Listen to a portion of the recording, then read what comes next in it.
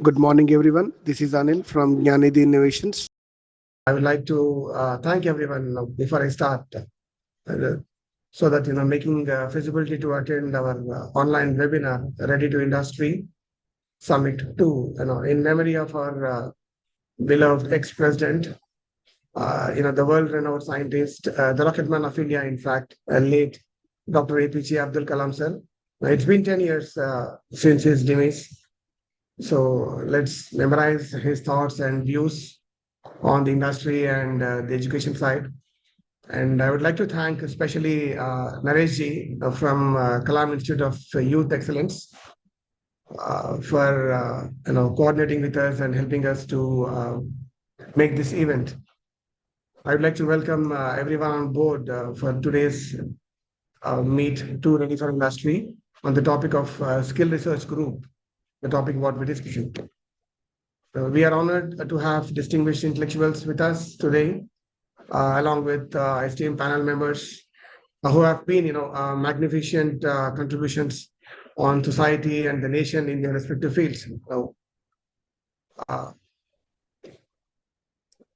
it's a privilege to warmly welcome the esteemed speakers and the panel members. I would sincerely thank our distinguished members from academia, industry who have joined us today. Thanks a lot, and accepting the invite, lending their valuable time and support for this initiative. I hope you can see the members of the panel. Mr. Srinivasa Raju, who is the CEO of Unistring Tech Solutions. Dr. Ashok, the Managing Director of GyanNidhi Innovations. Mr. Nagaraju Siddam, who is the leader of engineering and currently with GE Health, GE Healthcare, who has around 20 plus experience in terms of engineering and healthcare industries. And of course, Dr. Raghav, the scientist from ISRO, who has been working along with us and helping us, giving helping hand. And of course, last but not the least, Mr. Murali Mohan, a scientist from DRDO, sorry. So, yeah, to give a short brief of Mr. Ashok, it's an honor to introduce Mr. Ashok, Dr. Ashok, the esteemed Managing Director of GyanNidhi Innovations, whose visionary leadership continues to drive impactful initiatives in education and innovation as well. He is a retired professor in organic chemistry from Osmania University. He holds around 40 plus years of experience in teaching and 44 years of expertise in research field. He has made a magnificent contribution to medical research with more than over 200 plus to 215 publications in reputed journals, and invited like numerous talks at various prestigious international conferences and seminars worldwide. And he is a pillar for chemical education. Dr. Ashok has been guided for over 43 plus the scholars for PhDs and successfully led around for several UGC and DST funded research projects. Recently, the Indian Council of Chemists, ICC, conferred a prestigious Lifetime Achievement Award for Dr. Professor Ashok. So let's welcome Dr. Ashok to address the event with his thoughts. Thank you, Mr. Ashok. Thank you, Mr. Anil, for your nice introduction. Very good morning to esteemed speakers, delegates of today's webinar. On behalf of GyanNidhi team and on my own behalf, I welcome all the delegates of the webinar. The webinar entitled Ready for Industry Faculty Meet 2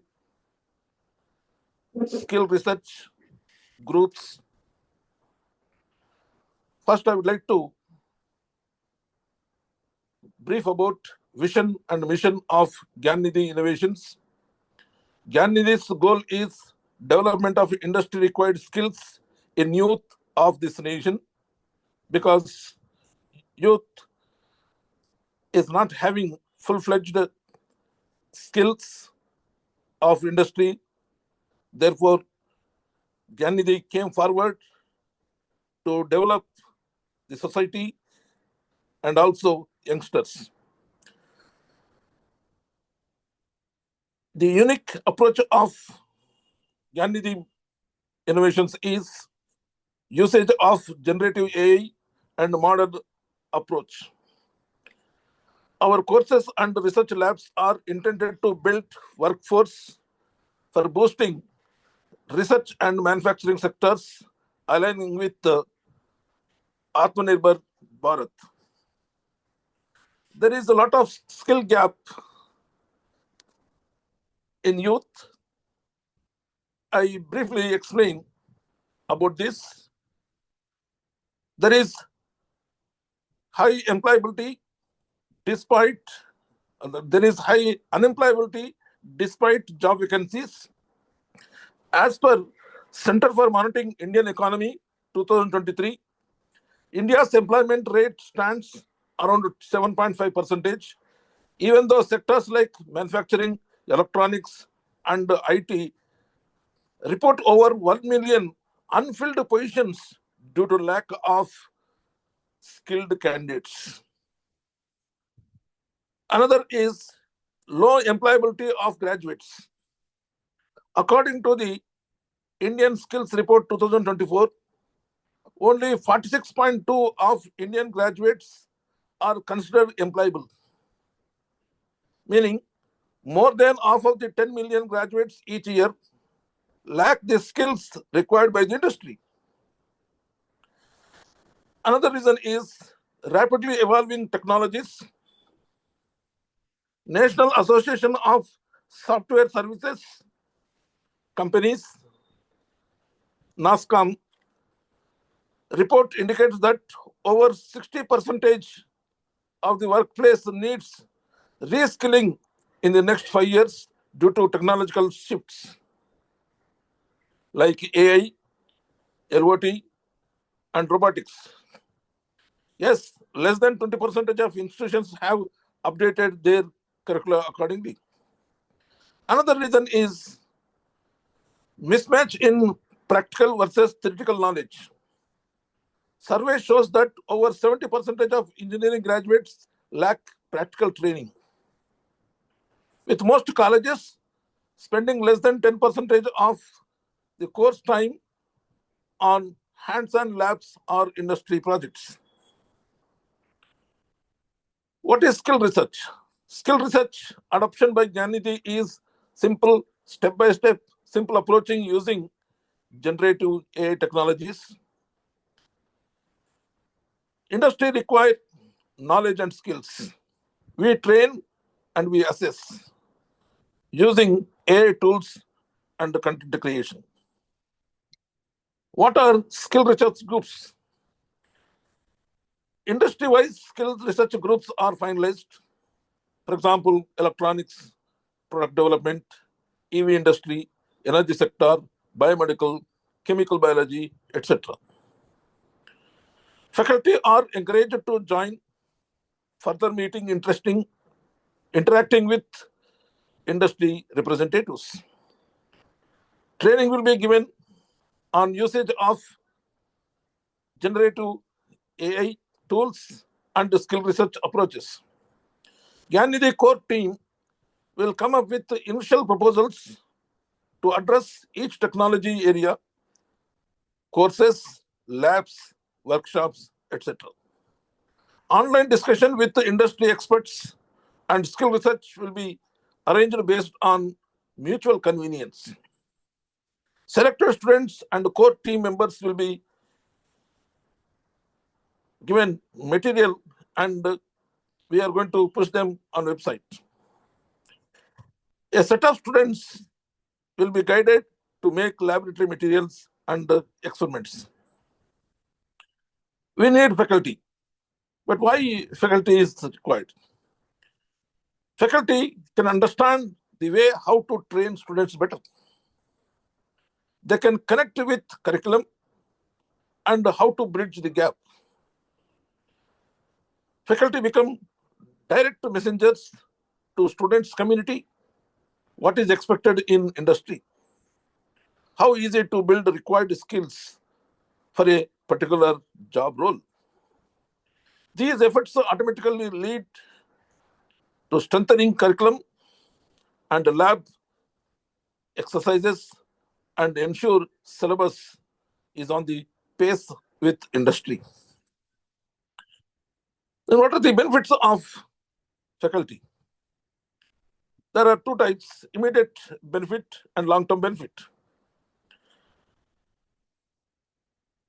Direct benefits include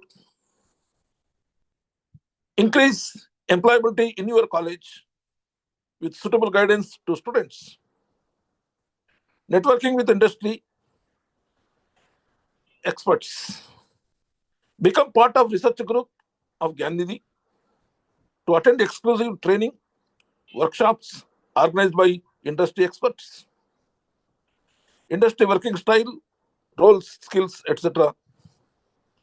Practical, application-wise usage of concept which they are familiar, latest industry use tools, industry standards, validation of self-research works, PhD guidance, students' projects, works with the industry methodologies, etc. Benefits expected for faculty. The long-term benefits are faculty receive micro or mini research projects from MSME private industry, being able to write high-value research proposals to UGC, DST, DBT, etc., and other research projects. Generative AI, capable academicians, future education sector requirements. About this webinar, we wish to give an industry perspective of using generative AI for skills building.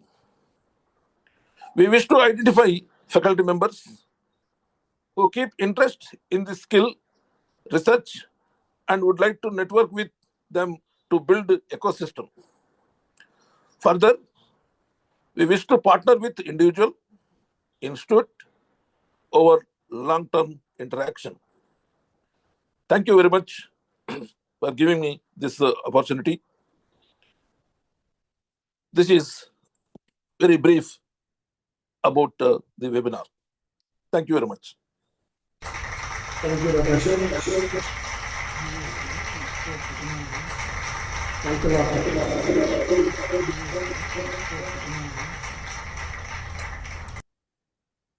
to invite Mr. Srinivasa Raju, our next speaker. He holds a degree, master's degree from NIT Warangal, and an MTech from Bangalore in the field of electronics. Mr. Srinivasa Raju is a defense scientist turned into an entrepreneur. It's been 20 years of journey in terms of experience in defense electronics, military systems.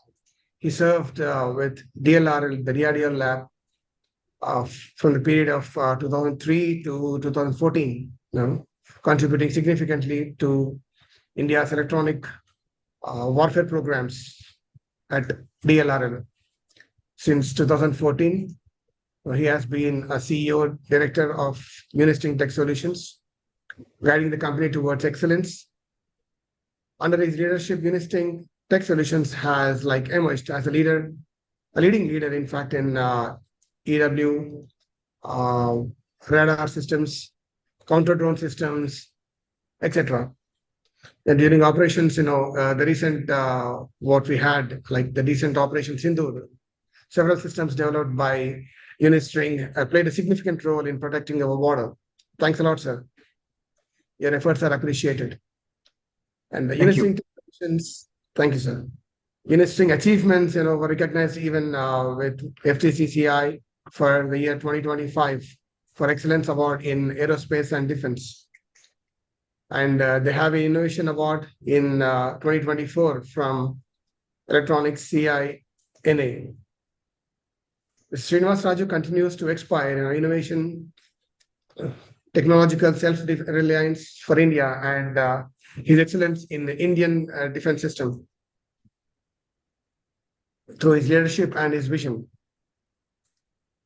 Thanks a lot, sir, for your leadership skills and leading us for the SRG group. In fact, the skill research group for GyanNidhi. Thanks a lot. I'm sure his expertise spanning across signal processing and communications, and in fact, in embedded systems, VLSI, electronic warfare systems, several other like system engineering. So thanks a lot, sir, for your insights and mentorship. So let me welcome Dr. Raju for his talk.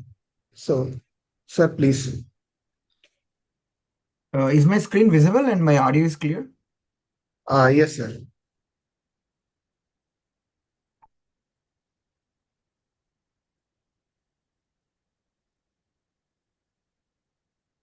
Okay, so yeah, so before I proceed, I thank Dr. Ashok, Managing Director of GyanNidhi, and Mr. Anil. Thank you for nice introduction. Thank you, sir. In case of any problem, just my audio is not okay, then please drop a message or call me back. Okay. So before I proceed, like to remind, and this one, Dr. APJ Abdul Kalam, by today, exactly 10 years that he passed, and to the tribute of the missile man, recollecting his quote, "A nation can accomplish all it could ever with the efforts of its people." So I would slightly read it through my perspective. A nation growth is purely what it could ever with the efforts of engineers. So it's engineers basically who decide the nation's growth in every sector. So today we are talking about that. Okay, before I proceed, anyhow, Mr. Anil has briefed about what is Unistring, but just for the sake of audience who might be interested in understanding more about the technologies, what we do. So Unistring Tech Solutions is known for its specialization in counter-drone, electronic warfare, and radar products. So you can read more from our website and from the articles in the internet, and the photograph, the image products that what we have supplied to various armed services, Indian Air Force, Army, and Navy are here. So in a nutshell, the Unistring is of a company which is into building state-of-the-art defense electronics products. So not taking much time, I'll get into the today's agenda. But before I start, maybe you should know, some of you might know, but maybe for the people to whom I'm new.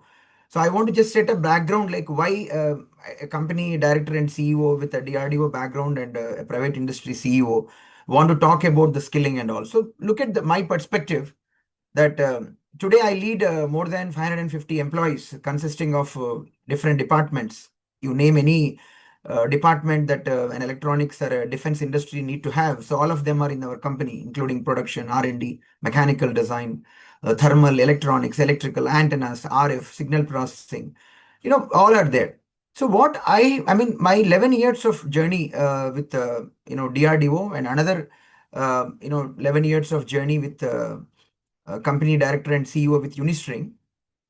What I can see mainly with respect to the, engineers, especially the engineering graduates who just pass out from BTech and MTech and join the company. So they're extremely, their skills are actually very crucial for a product building. I have seen even cases where sometimes just new engineering, just passed out 1 month experience, our initial training is over, but he plays a phenomenal role. And sometimes I see that, somebody comes and they take actually 6 months, still they don't grow. So the point is the skills that they actually come with and join industry is becoming significantly important to any company.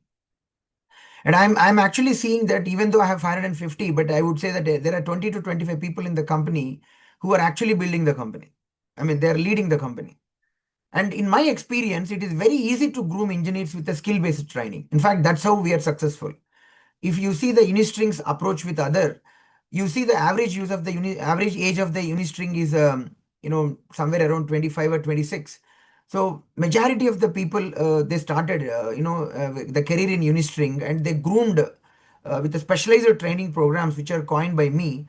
And today we have a role specific. Today we have exactly work task specific training, so that anybody who is able to join the company, they'll ramp up in a very short span of 2 to 3 months, and they become productive.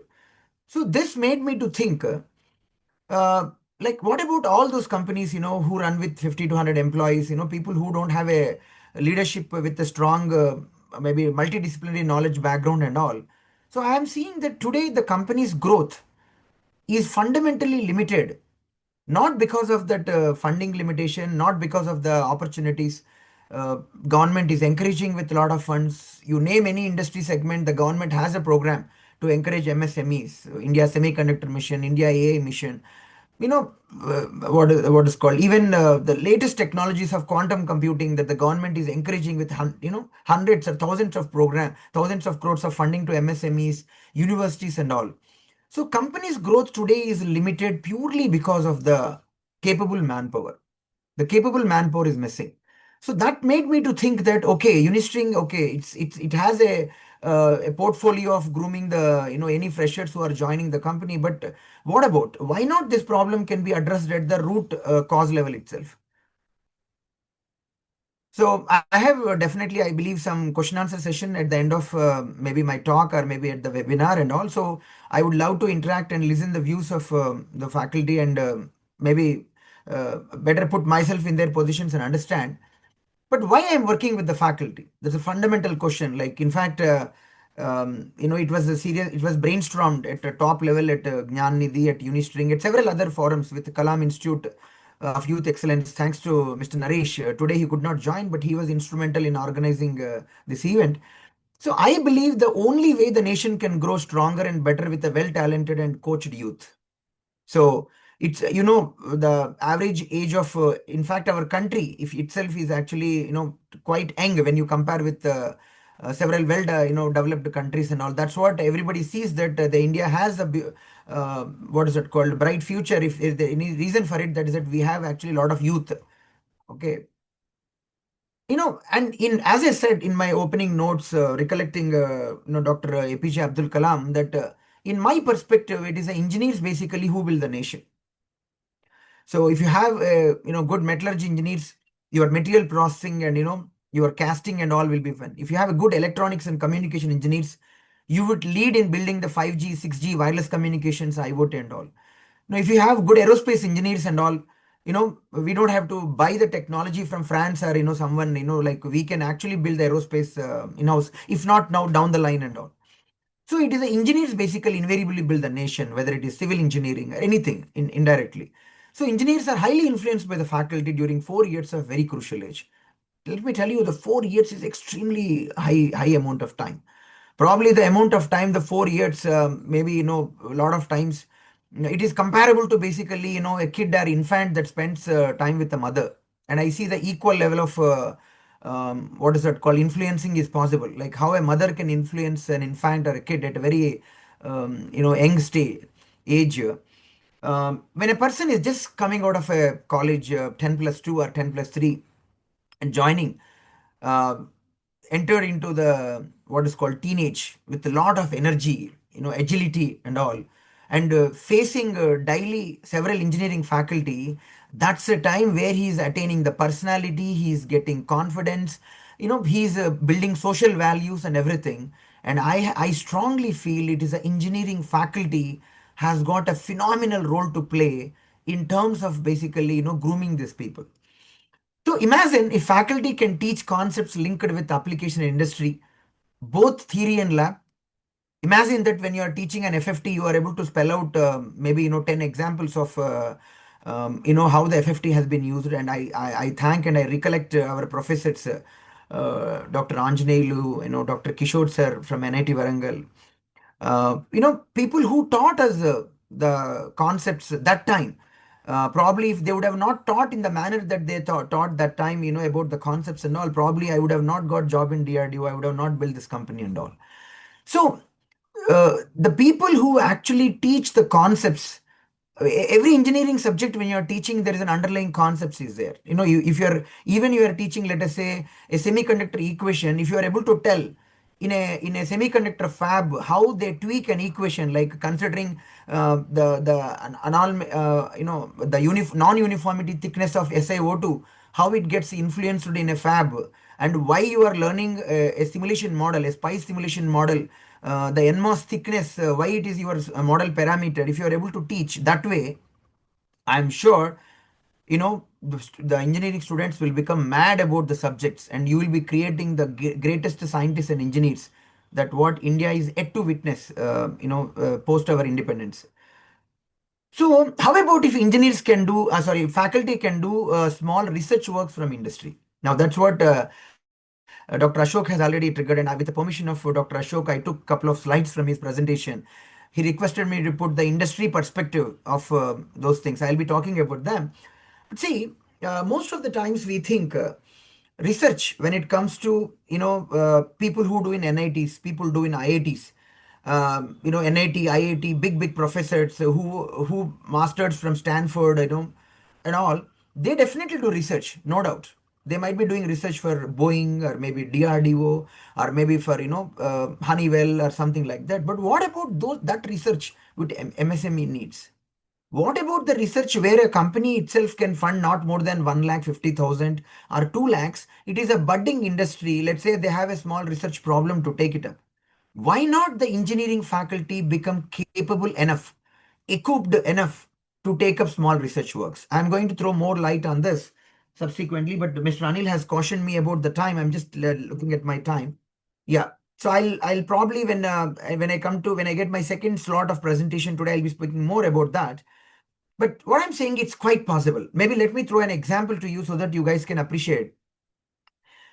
I'll take a simple example. You might have seen a lot of industry, that is there in the, Kushaiguda or maybe ECIL or in and around that Midhani, where I think around Midhani, not many industries there, but Midhani, DRDL, DRDO, they closely work with the industry at Kushaiguda and, ECIL and all that place. There is a small industry. They work with the CNC machines and all. You know that today technology is constantly upgrading. Even the CNC machines automation is possible. Today some AI tools are there. Some data automation tools are there. Mobile apps are there. For example, if that mechanical company want to build a small app to monitor how the CNC machine health is there, or that CNC machine company person has told some software patch, but he already has built an automation for automating 4 CNC machines and something, and you need to upgrade. Do you think that that company will be able to run a computer science department in that small company which is running only 50 lakhs or 1 crore annual turnover and all? He is not able to do anything. Today, since there is no ecosystem where he is able to offer that as a small research project, and a student and students or maybe faculty as a group, they take up that and solve it. This is what I loved when Dr. Ashok has told me, as this is one of the platform of the skill research group. Because I am with a very strong feel that every faculty, when you constantly teach your subjects, today the faculty is not sitting idle. Whenever I called, I called one of my close associate, Professor, Janardhan Raju from Nalana Simha Reddy College. So he told me that he is in some IIT doing some, course on AI. Okay. So I loved that. So the idea is during the summer, you people go put lot of efforts and do courseworks, do faculty development programs. And I don't believe if somebody says that, no, the faculty today cannot do the research work. I will only say that there is no framework created. This is where Dr. Ashok said he would invest money. He would actually connect the people from the industry and faculty and create a platform. So that's really interesting. And I would love to guide on both the sides, the industry and faculty, how to do that. It's really is important. And let me tell you, leave about the other companies, I have at least 10 plus more problems where if you say that, sir, I will work on this and give me a chance to work on it. And I'm not able to go with to NITs and IAC or IITs and all because they are busy with actually multi-million projects and all. Okay. So now next one is, eventually you take up major research work. Everything starts with small. You have to understand. See, today if Unistring is able to supply a product which is sitting across the border, okay, all borders of, naval, army, air force and all, when we started, I remember 10 years before when I just came out of DRDO, the very first project, taking a single FPGA card, a small, 4 kg LRU, building for a submarine and all, we struggled 1.5 years and all. So anything starts with a small. Anything requires a continuity of your focused efforts. So then you will eventually. So today you start with a small research work, which is from a Kushai Guda, just only for 1 lakh. Out of 1 lakh, 25,000 you are spending for the small kits that you are giving to your college. The college can permanently host them. And imagine a scenario where at the end of your academic year, all your BTech students mini project, major project you conduct as an expo and invite the other college faculty or other college people and maybe from few people from industry and come and see, sir, what all we have done this year research and all. I saw that practice in IISc Bangalore and IIT Chennai and several other IITs, but I'm telling it is quite possible. You have lot of problems open, and maybe let's hope that GyanNidhi could be able to instrumental in building this gap, and maybe by year 2026, maybe by year 2026 February and March, we see that is happening in several colleges today. Okay, then so if you look at why I am so keen on actually emphasizing on the faculty role, this is what is a history. Every major invention actually came from the college. The Viterbi, Professor Viterbi, who taught at a college, only has invented the algorithm which has revolutionized the error correction codes and all. And most of you know several examples. All the major research, either they have come from colleges or they have come from companies. Like a DRDO is a research organization, but they work with a college culture. Today, if DRDO, why it is isolated from any of the production agencies like HAL or BDL or Bell and all? Because DRDO has to work in a college style. DRDO has to work in a university style. Going mad behind in each problem, let it take an year, 10 years or whatever it is, they have to achieve it and all. So it is all innovations came from it. So, if Indian universities are gearing up, down the line, there are a lot of micro innovations are possible. Don't think innovation means it has to be path breaking innovation and all. A small jugaad in terms of basically reducing the cost also can be an innovation to a company, and the company saving another 5 lakhs, investing in something else will make the company to grow faster. So every capable engineer or a scientist is influenced by a teacher or a professor. So I'm proud to say that, if I'm today with this position, so thanks to NIT Warangal and thanks to IC Bangalore. So several professors who gave their commitment in teaching every subject concept and systematically, methodologically connecting with the application, connecting with an industry and all, made me to so mad about the technology that I don't feel any pain while I'm working with anything. However complex an engineering problem is, I take more joy and pride in solving the problem. I don't take it as a strain. So the conclusion is, it is a faculty which are actually research driven. If you are able to work, then you are inspiring the students who are becoming innovators. Your universities are becoming launch pads, for the national progress. DST has got enormous funds. Yesterday in a talk, Dr. Raghav, who is the next speaker, was telling me that in quantum computing there are more than 150 crores that company, the government of India want to actually just shell out the money for whichever college want to start the research lab in quantum computing. They want to put the money like that, and eventually the society benefits with the productive engineers and scientists. By the way, what is happening in the industry? Of course, this is a reality. Each one of us know what is happening in it. So I'm not talking about those colleges and all which have already geared up beyond this level, but a typical, because I'm talking the numbers count, man. So if you say that only it is, ISCs or IITs or NITs do the research, that is not enough. Okay, we are 140 crore people. We are maybe 1/7 or maybe 1/6 around the total world population. We have phenomenal role to play. It is not enough if 50-60 universities of in India do the research. Every engineering college at their capacity has to start doing some research. So if faculty is busy in regular courseworks, that's what GyanNidhi is saying, that we will train you if you join skill research groups on utilizing the generative AI tools. Let me tell you, generative AI tool you can use and you can write a book in one day. I don't know, maybe Dr. Raghav can throw some light on this. The generative AI is very powerful, and you will be able to learn from industry, from the joining skill research groups. You have to emphasize on every teaching concept that you are doing, connecting with the application or connecting with the practical learning, or what is called a laboratory experiment that they do. So that's where the skill research group has got this one, and I'm going to talk more about that when I get second chance to speak in this webinar. And the projects, that is extremely bad thing. The projects are purchased, just presented by the students. I'll tell you, it is not the students is a problem. It is the faculty and maybe the management and maybe whomever come as external, what do you call as external examinator for the project works and all. We have a problem that we don't believe that small discoveries also has got a value. See, we are talking to those people who just not yet passed out, who not seen basically the real industry and all. And don't ask them to make big discoveries. Never ask them a question that what are you doing new in the project? Please ask them the question, what is that you implemented in the project? What is that you coded in the project? What is that you architected in the project? What is that you developed in the project? What is that you tested in the project? See, anything starts with small. But I have seen several times, because in the era when I was speaking, closely working with universities and all, a decade before, when I was in DRDO giving guest lectures and all, every faculty or every college management used to say, sir, like what is the newness in the project? What is it we are doing new? The thing that we are doing new is this, your little boy is actually implementing the work which has done by someone else and all. So please ask small, implementations only in the project work, but let everything be done by them. Today, thanks to ChatGPT, if you permit your students to use generative AI, they can correct their English grammar, whatever they write.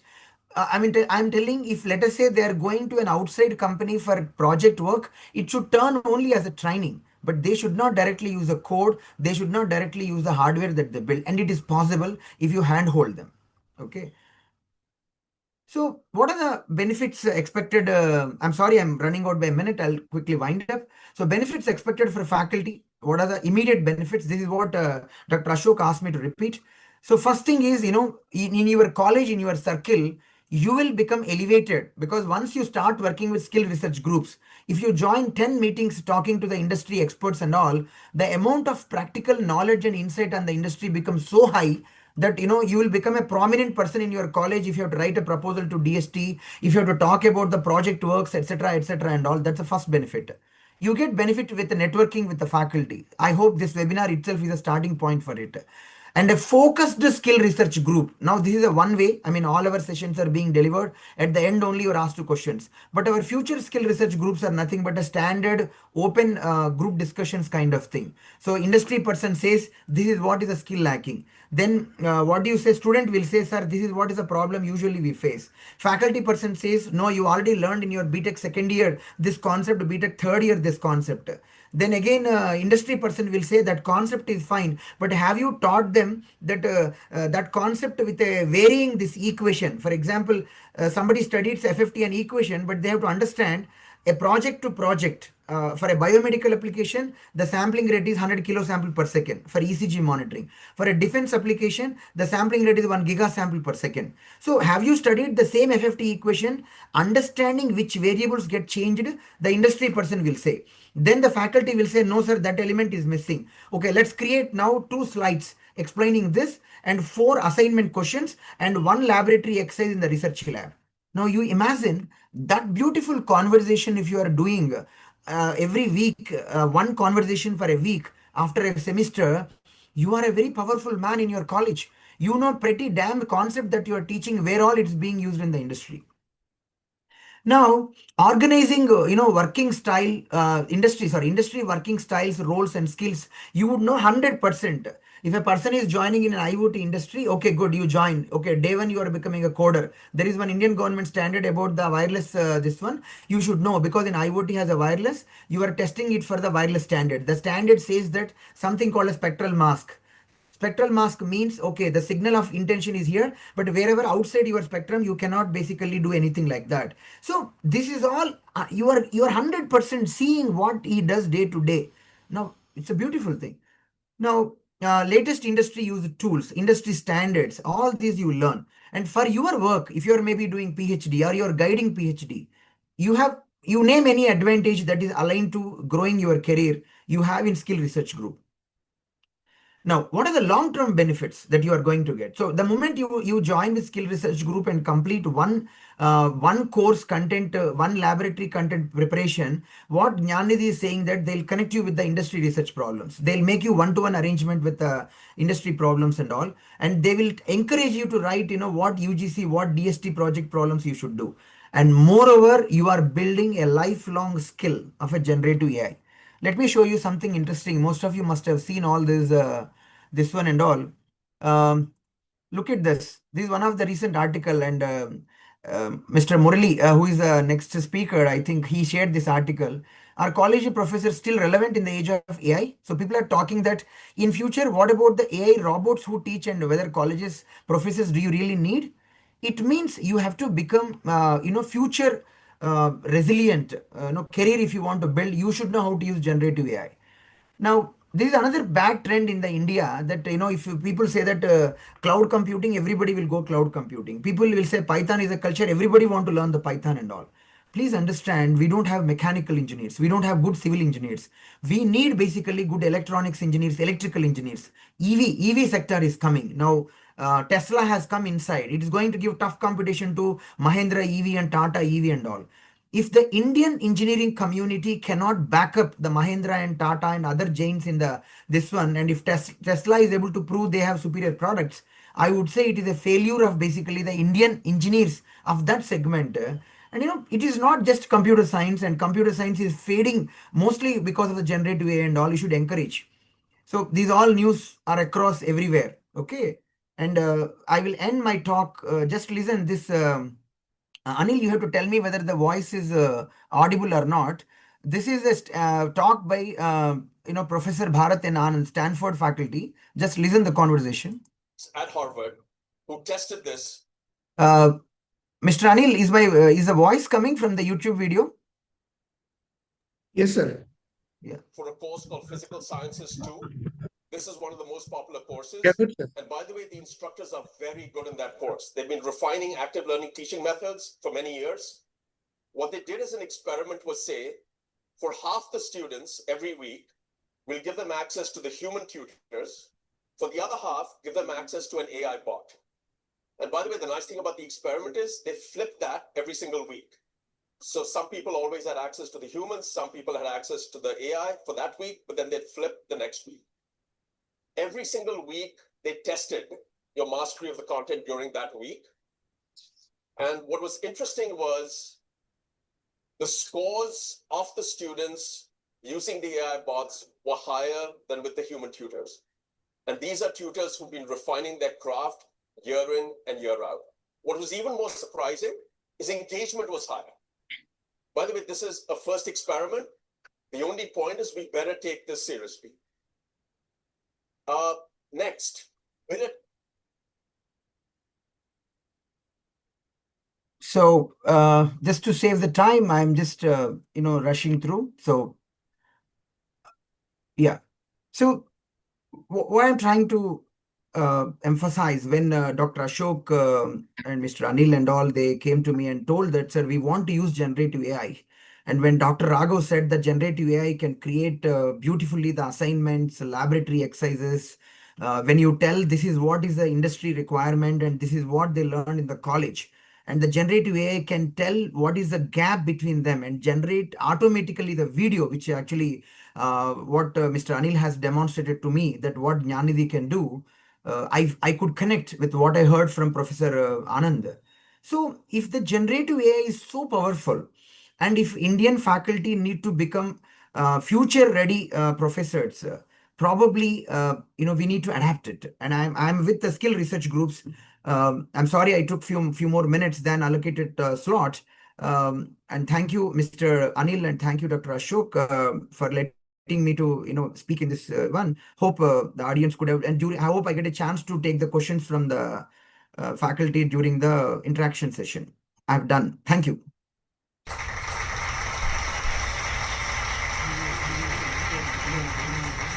Thank you, sir. Thanks a lot, sir. Thank you for your vision and thoughts. We really appreciate it. Thank you. So let's move on to the next speaker for the day, Dr. Raghav. He's from ISRO, so he has an extensive experience for around 25 years with ISRO, and currently Dr. Raghav is the head of high performance computing and drones, and in a way he's actively involved in the design and development of high performance computing systems for satellite platforms and edge-based solutions development for aerial and drone platforms. So he holds a PhD, of course, from computer science from University of Hyderabad. Along with this, he is also the member of the board of studies of various academic institutions, likely involved in bridging the gap between the same sector where we are with GyanNidhi, like bridging the gap between the academy, industry, and the research development. So thanks a lot. So Dr. Raghav, so please. Yeah, thank you, Anil. Am I audible? Yes, sir. Please. Yeah, I'm audible. Thanks, Naresh from Kalam Institute of Youth Excellence and GyanNidhi when they approached me for some of the, they're conducting an event for a tribute of Dr. APJ Abdul Kalam, who is, everybody knows about a missile man, and pay tribute to him. Today, they wanted to have some, they approached us to have one event for the tribute to play to Dr. Abdul Kalam. So regarding that, when they approached, I said it's the right platform. Let's share some of the thoughts, and really, I thank for the Kalam Institute of Youth Excellence for organizing this event, and also for GyanNidhi for bringing a platform for bringing the many of the research innovators onto a single platform and put up the thought process in the emerging technologies of generative AI. So if you see, in fact, Dr. Abdul Kalam, when we see, he always quotes about if you have read the book of Wings of Fire, he always has different types of, the thought process which he brought into the book in the Wings of Fire. So he always says, that in the book, if you read, there is a one quotation, dream transforms into thoughts and thoughts results into action, right? So that means we need to dream, and that has to be transformed into the action. So this is for every Indian industry, and also for the R&D and also the academic sectors, to have a cohesion of all these sectors coming together and making industry research and taking the further the many products which has to be designed as a part of Atmanirbhar Bharat for the Make in India and Made in India kind of a programs. Right. So keeping in that into the perspective, I made some presentations so that I can share my thoughts and see how this the thoughts can be given up. I'm sharing my screen. Let me see if the screen is visible. Please, let me know.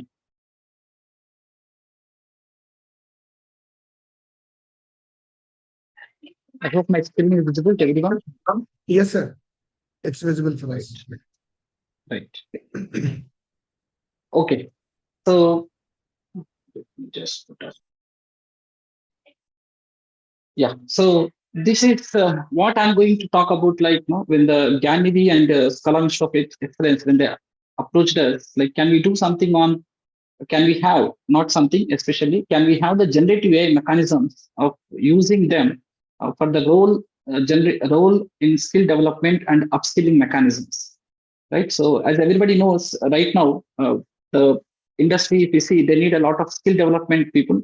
At the same time, if you see about the kind of the skill which is coming from the institutes is not moving into that kind of level, right? So can we have some kind of a bridging between the skill development and upskilling, so that the students will get, and in fact the students who are pursuing or who are in fact already pursued can get into roll up for the industry, is what the objective of the upskilling mechanism. And how this generative AI is going to help them is what we are going to discuss few points. I hope I have a 10 minutes of time. I'll try to roll it up within the 10 minutes of the time and show some of the thoughts, and also see that what kind of mechanism that I can follow, right? So when GyanNidhi and Kalam Institute of Excellence, they approached me, I was just gone through many of the thought process which is behind. Then I made some of the thoughts get into the action, right? So not like a dream, but can I also see the dream into the action? So then I said, okay, let's make some kind of a platform so that it will be helpful to the GyanNidhi, and so that this platform can be used for the many skill researchers who are going to take it forward, right? So based on that, I'll show you one of the demo which I made it from some of the technical skills available, and based on that, I'll show you that how these Gen AI tools can be used for the upskilling mechanism. So I make my things into more of technical presentation rather than into the as a not like a generic topic, but I'll make more of technical content and see how many of our research can make use of the Gen AI tools for upskilling mechanisms, right? So as my agenda goes like this, I'll be talking about Gen AI, the popular Gen AI tools, then followed by the prompt engineering, which is a very, very highly used as one of the engineering streams in the Gen AI mechanisms, right? When I use like Gen AI is a generative AI, is a short word. So then how these Gen AI can be used for the skill development, and followed by the various types of promptings, and also the how these promptings can be used. And I'll take one of the case study as a ChatGPT, because everybody is aware of the ChatGPT nowadays, and everybody extensively using. So one of the demo that I'm going to show you today as a product, which is being built a couple of days back when the GyanNidhi approached us to how these research groups can be formed, so that can we make some kind of a platform to everyone, so that the Gen AI tools can be taken forward. So I'll show you some of the demo and how these demos will be useful. And based on that, obviously, the research groups can definitely make use of those kind of technologies to take this upskilling forward. Then followed by, I'll be giving the some of the use cases, and also followed by the demonstration of the tool. So as everybody knows, but the benefit of everybody and those who are very new to the Gen AI mechanism. So I just give a brief overview. And generative AI, as we know, it's like a short we call Gen AI, is the refers to the algorithms to create a content. Right? The content which can be created can be like a text, it can be images, it can be code, it can be audio, it can be any video, or any kind of mechanism that you want it to do. Now the Gen AI has proliferated into the many areas where these areas have become very popular now. Right? Like if you see, I've seen recently, sometime back when I have the technical team who works with me. Some time ago, when we are trying to guide them, so they need to use like a code, C++ code, even Java code, or other kinds of languages. Then they used to ask, like, whenever there is some problem, we used to get some problems of errors, and followed the segmentation fault, code dump. Sometimes the loop is used to execute long time, and the output the way it is coming is not expected the way we wanted it, right? So we used to sit with them. Then we need to fix all those kind of issues. But nowadays, if I see the platform, the way it is being used, there is more code, low code, no code platform, right? So people give like a code generation, like a prompting. And now the prompt, if you do it, automatically generates a code and gives the output. So that's past a few months, I'm seeing that the way the code has been written is totally changed. The drastic change happened in the code generation using the Gen AI mechanisms. And obviously, all these mechanisms are built using a deep learning models like a transformers, and also based on the massive data sets. And now if you see that kind of a data sets which are used, everybody has a platform of using these large language models of a generative mechanism, and build their content, which is tuned to those kind of the mechanisms, so that you can able to train on those data and get the way you wanted to do, which difficulties the normal methods to get or conventional methods to get, right? So that's how unlike traditional AI, Gen AI generates the novel outputs, which is very, very I can say very, very popular in using them, right? So now if you see the various Gen AI mechanisms, there are many popular tools. Everybody knows about like ChatGPT, and which also has the DALL-E, which is used for the image generations, then followed by the Gemini, then the Claude, which is from Anthropic, and which is also like aware of the context reasoning, the reasoning. And the Copilot, which is popularly used by many of the people now, linking with the VS Code, and they write code on one side and they write a prompt on the other side, so that the bridging of the gap is done and the code generation happens so fast. And DeepSeek is from DeepSeek, a China-based, the popular LLM, which they provide both the bilingual activities, English and also the Chinese, which also used for the code generation. This is also becoming popular tool as far as the ChatGPT. And Grok by the X this company, where this if you see most of these companies now, they're having their own chart LLM also based generated for this, right? So now the chart, if you see about most of these Gen AI tools, they make use of the backend, the AI techniques to generate a content, refine the content, and use that content so that no, it can be used for many purposes of research or even for making many of the insights which probably may not be possible with the human based power, right? So you need some kind of intelligence which is built. That's how it comes like doing it part. Right now, if you see that various use cases of the Gen AI, the generative AI can be used in many ways, right? Like the skill development, if you see, it can be used for the customized content creation and rapid upskilling and support for the various trainers and instructional designers, and also used for the video-based learning using the mechanisms like an avatars and automized learning based on the individual capabilities and complete automation of the process, right? So you try to give, but one should have what you wanted to get it from the generative AI mechanism, right? So if you have a clarity of what to be done, and if you have a skill of doing that kind of the refinement which is to be done, so 80 to 90% of the work will be reduced, and whatever is left out, 10 to 20% of the work, some kind of a refinement has to be done, so that it could able to do a lot of content creation where it can be used quickly to upskill the mechanisms of the students and also the faculty, or in fact any other skill one would like to build, right? So let's just have a small overview of the different types of the prompts which are popularly used for the generative AI. So there is maybe like people may be aware of many types of prompting. So generally we call it instructional prompting, conversation prompting, zero shot prompting, and few shot prompting, chain of thoughts, role based, like different types of prompting on there, right? But the question here is, how do we make use of these promptings, right? So that these prompts can be effectively used for the content generation of using that particular LLM or the model that you're going to use it, right? That's the biggest problem. So we may not be knowing how to know which kind of a prompt to be used, how do I define the content, how do I define the prompt, how do I define the content once I receive?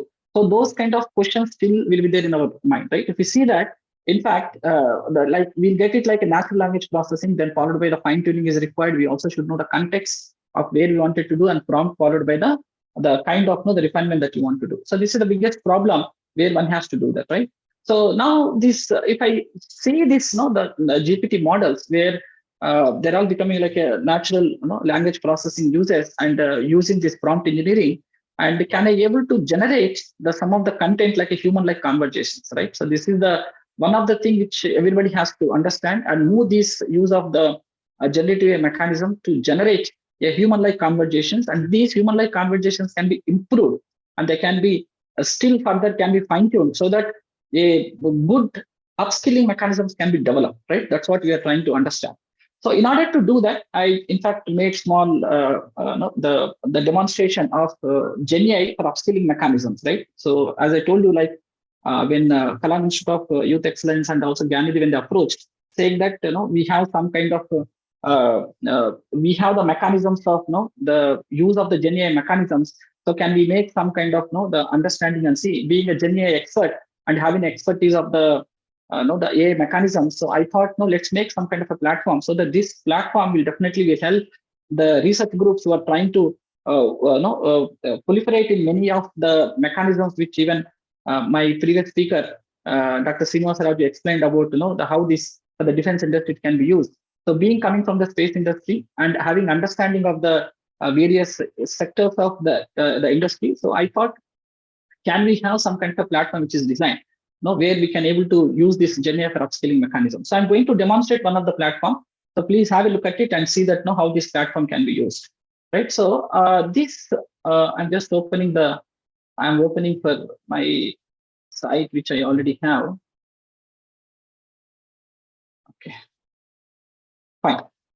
So I've gone through the site of GyanNidhi. You see the GyanNidhi as my case of what I've picked up for the technical demonstration of using the Gen AI. GyanNidhi, if you see, GyanNidhi has offering many courses, right? So like some all courses, if you see, they have courses which are offered for various industries, and popularly they're trying to offer the courses for electric and electronic R&D manufacturing industry, right? So I went there and I saw like how quickly I can able to generate the content. Now, if you see, as per the GyanNidhi, which is they're trying to offer, they have a different kinds of courses, and there are 8 courses which they are primarily focusing on, generating the content and quickly can do this, right? So one of the course which gave me an interesting is the integration engineer, right? So integration engineer, and in the integration engineer, I hope my screen is visible. If you see the integration engineer, there are many other skills which are required for anybody to do, right? So one of the role, if you try to see, the electronic product integration is the role which industry requires. In fact, this the industry which needs this product integration is very high, and it is not just from the industry, even R&D industry, like even space sector, defense sector, or even the EV sector, right? Private industries, they need the role of this integration engineer, right? Now, can we do this kind of the generation of a content using this product integration as a job role, and the kind of a skill set that they need? Like if you see about the skill set that we need different types of required expertise which is required. One is understanding of the basic electronic understanding, then followed by there is a types of the various core skills which are required. And again, this core skill, if you go, there are different types of underlying other the micro skills which are coming up, which are like a level of details, things are also which are required, right? So I'll show you that how I can able to make one of the part of it, right? Let's say, for example, I'm just taking, this is one of the tool which is built to generate the course content, right? You'll just, you'll try to understand how this course content is going to be, how this generative AI is going to make powerful of generating the course content, but provided if you know about how this, the backend, the prompting has to be done. In fact, for this, the prompting has been done in the hybrid mode, like one of the prompts which I explained you, starting from zero-shot prompting, multi-shot, then followed by the hybrid prompting, then chain of thought prompting, right? So these prompts are taken, and a prompt has been built as a backend, as a USP, right? And this, in fact, is backend is being using the tool which is the ChatGPT, right? ChatGPT as an API mechanism is being used. Now, if you can see, what I'm trying to do is, I'm trying to make this the ChatGPT, which is like the subscription version, which I made for my own purpose.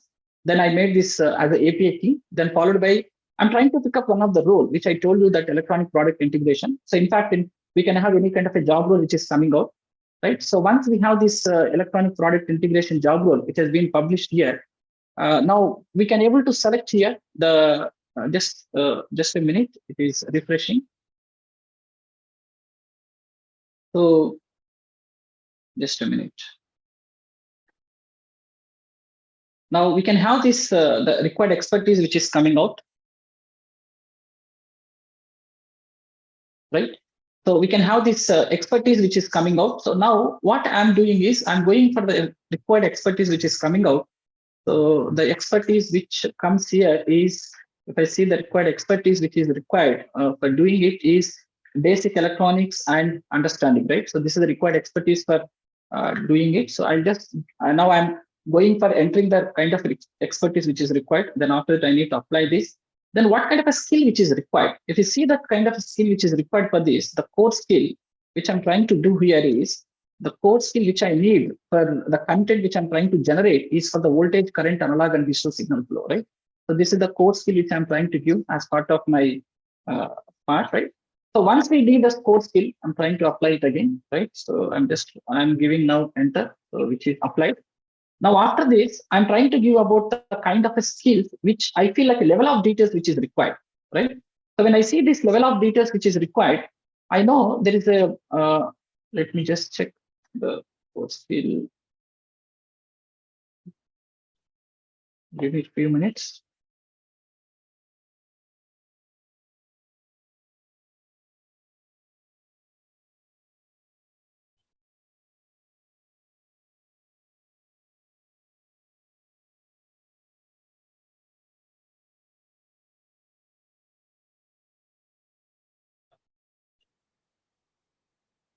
Yeah, the core skill. Then I'm trying to apply the kinds of the micro skill mechanism which is required for doing it.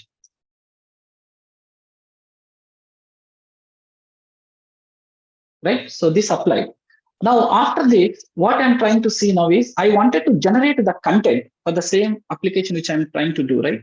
So when I try to apply the content for generation, now you can see here, there is I wanted to generate a PPT, or I wanted to generate a question paper, and I wanted to generate even let's say for the question paper I want to generate a PPT. Now after this, I wanted to see how this generation is particularly is happening and doing it, right? Now I submitted by my request as a backend to the GPT. Now you can see that, right? So there is a, yeah, I need to apply this. Okay. right? So I'll show you now the content which is generated and which is being saved here.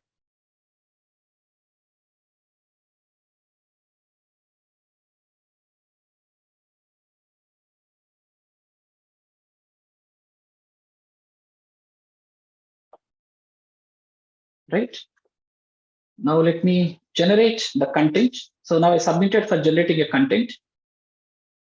Now you can see now the question paper and also the presentation which I wanted to do has been getting generated. And all these things are happening at the back end of the tool, which using the generative AI as a powerful mechanism.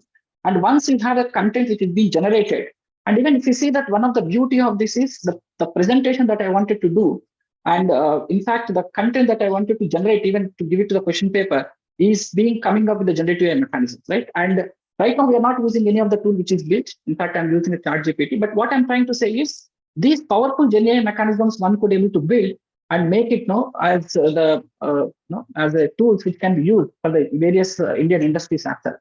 Now you can download the PowerPoint, which I'm going to download it now. Right? You can now the PowerPoint is generated. In fact, I will also generate even the question paper which I'm going to do. Right? So I'm also generating the question paper.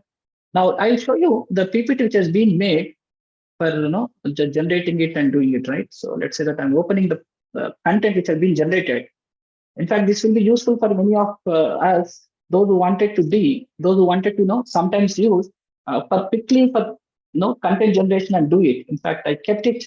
Even the entire this presentation has been generated. I hope you can able to see on my screen. This entire PPT generated with the prompt that I use and the kind of a USP that we built as the backend of a GenAI mechanisms and using prompt engineering as a technology and using this LLM as a mechanism at the backend doing it, right? You can see now all the list which you're doing is seamless, right? The content generated images are also there. You can able to link it and the course you could able to do. And these kind of a tools has make us a powerful tools to understand, and see, but the content has to be validated to some extent. The content validation happened over a time period of putting up some of the minds, greater minds, the things which can do it. This is what I hope Srinivasa Raju was mentioning about one of the last video that we spoke about how this upskilling has to be done, right?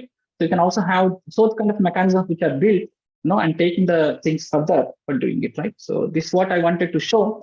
And obviously, I hope my time is limited, which I'm getting from the organizers saying that no time, I need to now give me a minute, I could able to do. And the advantage that we get is like you can able to get up for industry research, and there is many other mechanisms that we get able to for research groups where you can quickly learn about the topics and industry specific targets you can do, and you can able to do the theory practical orientation, which in fact is going to take long time when we try to do with the other kind of a mechanisms, right? So hope. Yeah.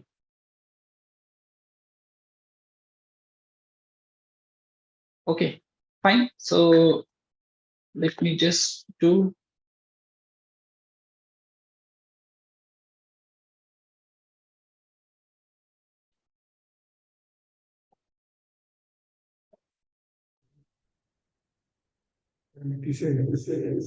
Yeah, just give me a minute. I want to show you.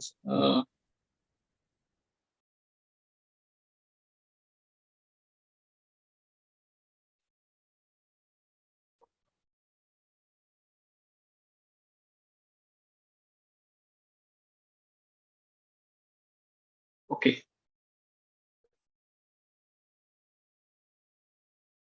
Fine. So there are many benefits which you can able to get, and this is how the industry can get benefit of the thing. So finally, what I wanted to say is let's get ready for skill research using GenAI, which in fact will give a lot of tools and mechanisms to provide the AI-based content where it can be used effectively for the upskilling mechanisms. Right. Thank you, and I hope I could able to cover on time.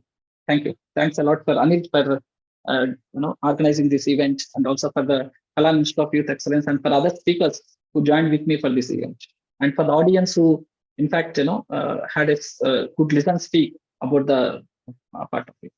Thank you. I stop my presentation and hand over the organizer.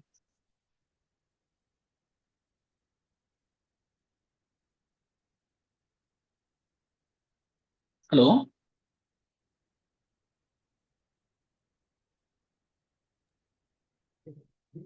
Yeah. Thank you, Raghavendra. Thanks a lot. Yeah. Thank you. Thank you for your vision, on Gen AI and all. and the platform what you shared as well, how we can use. Thank you so much. So let's move on to the next speaker of the day, Mr. Nagaraju. My pleasure of inviting him. He himself, he is a senior engineer, senior engineering leader with around 22 years of experience in aerospace, healthcare, and also specializing in embedded systems, product leadership, and all. He holds the key roles. He held a key role in Honeywell prior to the G Healthcare, where he's working now, and actively mentors startups like us via different platforms like iVenture from ISB and Auto Innovation Mission and all. And he's also an alumni from NIT Warangal. So yeah, I'm an ISB student from Hyderabad. So, and he's also an author of Rise and Lead, guiding mid-career professionals through growth and transition and all. So let's welcome Mr. Nagaraj. Siddam, sir, please. It's all yours. Thank you, Anil, and thanks for inviting me to the great event, GyanNidhi especially. So on this note, I could recollect one of the key quote. So by failing to prepare, we are preparing to fail, by Benjamin Franklin. This is exactly GyanNidhi is doing, where you are kind of, industry as well as the leaders as well as the professors, you're trying to connect and build an ecosystem which can accelerate. Thank you so much. And with that, I have prepared a presentation. Let me share that. Probably with that, we'll get started. Okay. So today, topic for me, as Anil said, it's I'm into aerospace and in healthcare. So definitely aerospace is a pretty close to my heart. So let me talk about industry trends in aerospace. So especially let me cover on this, especially market trends, what kind of challenges we have and what kind of strategic opportunities we have in front of us, and how the aerospace industry is leading. Before get started, probably I'll try to cover one of the key things, how the industries look like. So aerospace industry, especially ATR segment, is the air transportation segment. As you all see, like we have a Airbus and Boeing. The second one is a BJ segment, which is more of like 10 to 12 seater, 15 seater, and general aviation. So the fourth segment is significantly growing in this current era. So that is more of like a UAM, urban air mobility. So we will talk more in coming slides. But if you really look at that, I think that segment really need to evolve. We have a huge opportunities in front of us, and how do you leverage this completely on us? So let me get started to give a high-level overview about the industry. So if you really look at the overall industry size of the market, close to around $370 billion. And you can see that it's a CAGR of close to 8% growth, and it's going to grow close to around $800 billion. And if you really look at the India market, which is nearly about $20 billion, and by 2030, another $7 billion is going to grow. And similarly, as India is Atmanirbhar Bharat, manufacturing segment is growing. So India is definitely playing a key role in coming days, though we are not there, but we are going to play coming role, growth, especially components point of view. That's you can see the size of the market is almost around $20 billion. So what I'm trying to say is like, and there is a huge opportunity in front of us. How do you leverage? That's on us as industry leaders, as like academia and everybody. We need to get into that segment. And commercial, let me give you a brief introduction, a brief overview about the fleet size. We have a close to around 20,000, 25,000 plus fleet across the globe. And India is having close to around less than 1,200 aircrafts, and it's going to grow for another 2,000 plus, something like that. And definitely India is going to rise, and we have a close around third largest domestic aviation industry. That's all because of huge opportunity. As you see that India is on the growth path, like 4 trillion GDP. So definitely there's a huge opportunity. You like to reiterate on this point. And again, this it's like it's a key segment. Again, it's a premium segment. I wouldn't really go in more detail into this. It's more of like a business and general aviation segment where especially the business jets and all, it's again on the growth path. And so recent developments in driving a growth, especially you all already witnessing space sector is significantly growing. So we all definitely India is doing great and around that. And supply chain is, as I told, manufacturing point of view, we are not there yet, but India is growing in this segment. Definitely inviting the private sector into this segment is having a the growth point of view, because accelerating growth alone with the government bodies is really difficult. But again, that's where the India is playing a great role in the private sector infusion.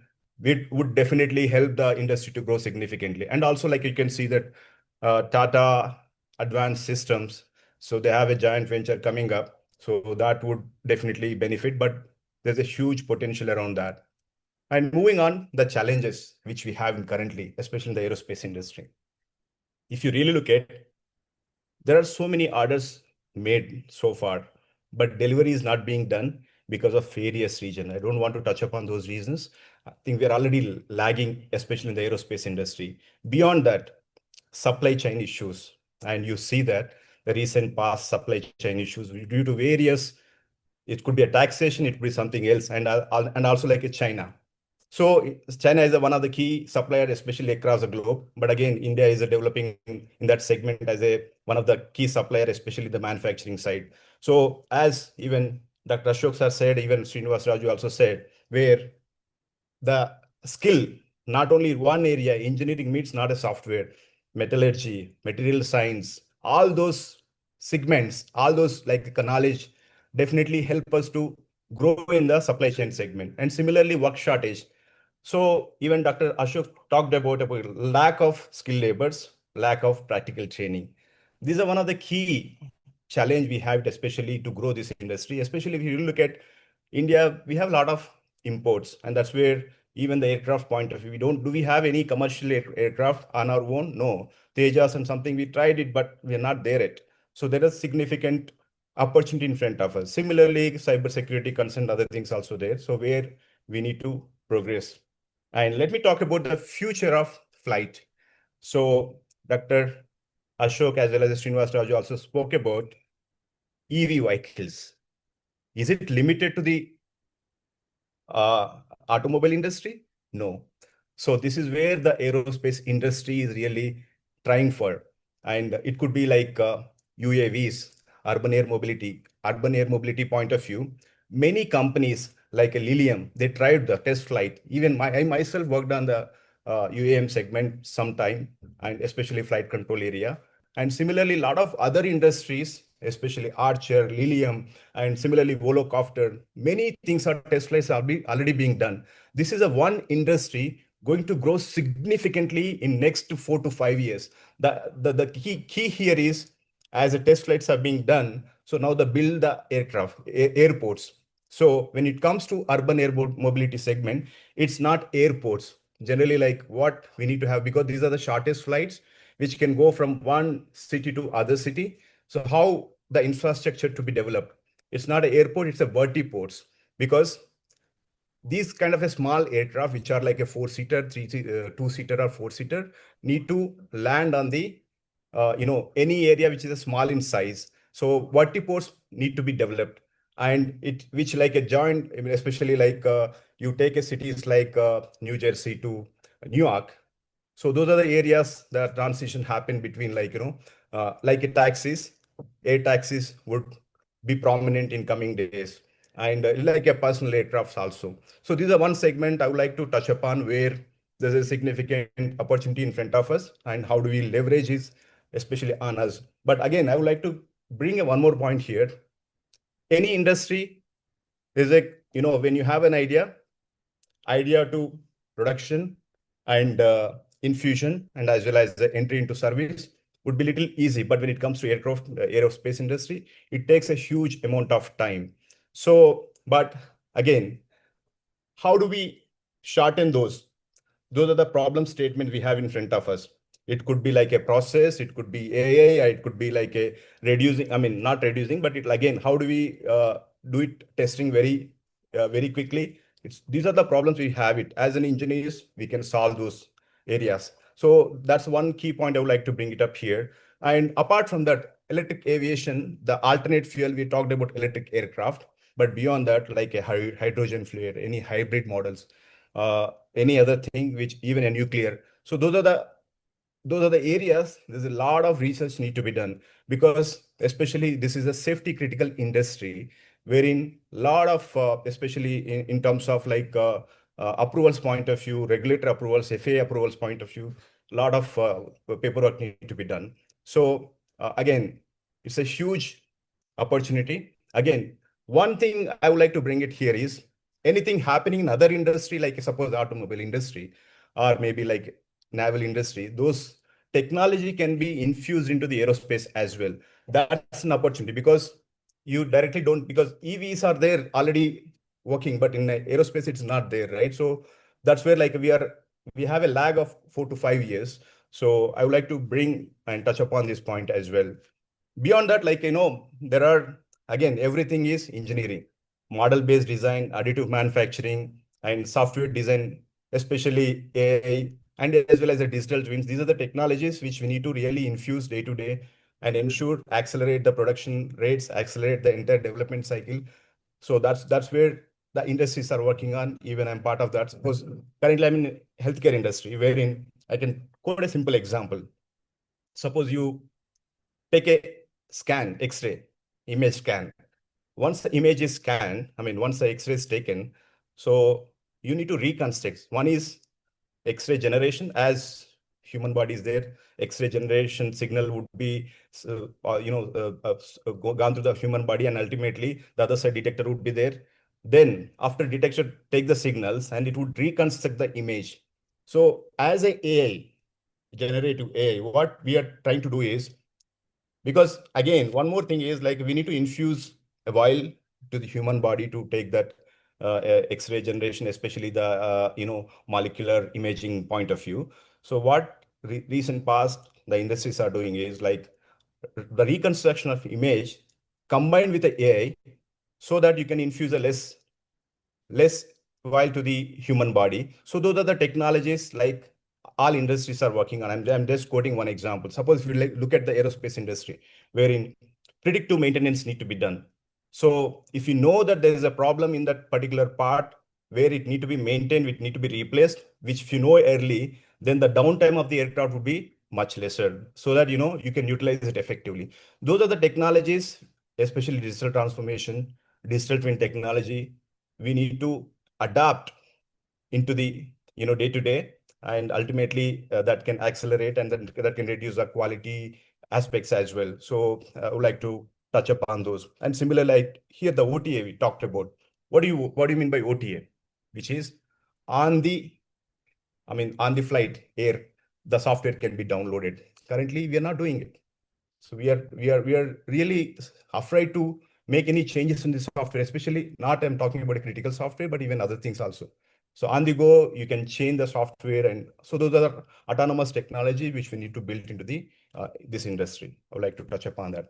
Otherwise, the coming days, what we're gonna see in future, AI transformation, flight operations, especially predictive flight control systems, and also there are some of the other systems also. AI co-pilot, some companies are already developing. We are already in the process of developing AI co-pilots, so that would help guide the pilot if in case of any anomalies. So those are the technologies are evolving, and the industry is also growing significantly around that. So moving on to the key thing. Ultimately, one is industry growth, other one is customer satisfaction and regulatory. Sustainability, decarbonization, there is stringent laws are coming in where green manufacturing, reducing less emissions, that's where the electric aircrafts are coming in. And similarly, you talk about aerodynamics innovation, wherein winglets and other things, where you can reduce fuel consumptions and reduce the weight, so that you'll have a more lift quickly. And all those technologies need to evolve. There is sky's the limit for especially there's a safety critical industry. So I would like to touch upon these areas. Otherwise, the last one is especially supply chain, as I already spoke about. There's a huge potential for India to grow, and airports are expanding. You know that there are another 75 airports are coming up now. So last 10 years, if you look at 75 airports have been already developed.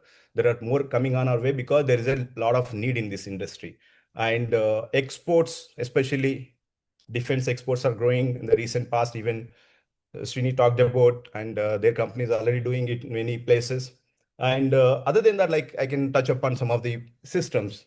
So recent past in aerospace industry, satellite communication was not there, but some companies like a Jetwave, Go Direct, they enable the service because they launch the satellites, and they enable the service in the aircraft in flight. Because when you in the land you can connect it, but when you're going over the sea, that connectivity was not there earlier. But now the industry, the transformation has already happened now.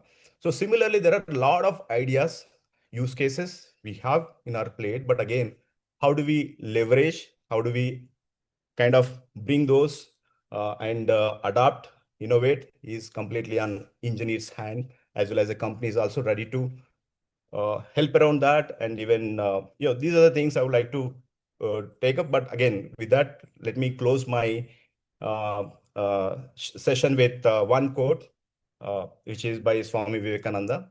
Take up one idea, think of it, dream of it, and leave all other ideas aside.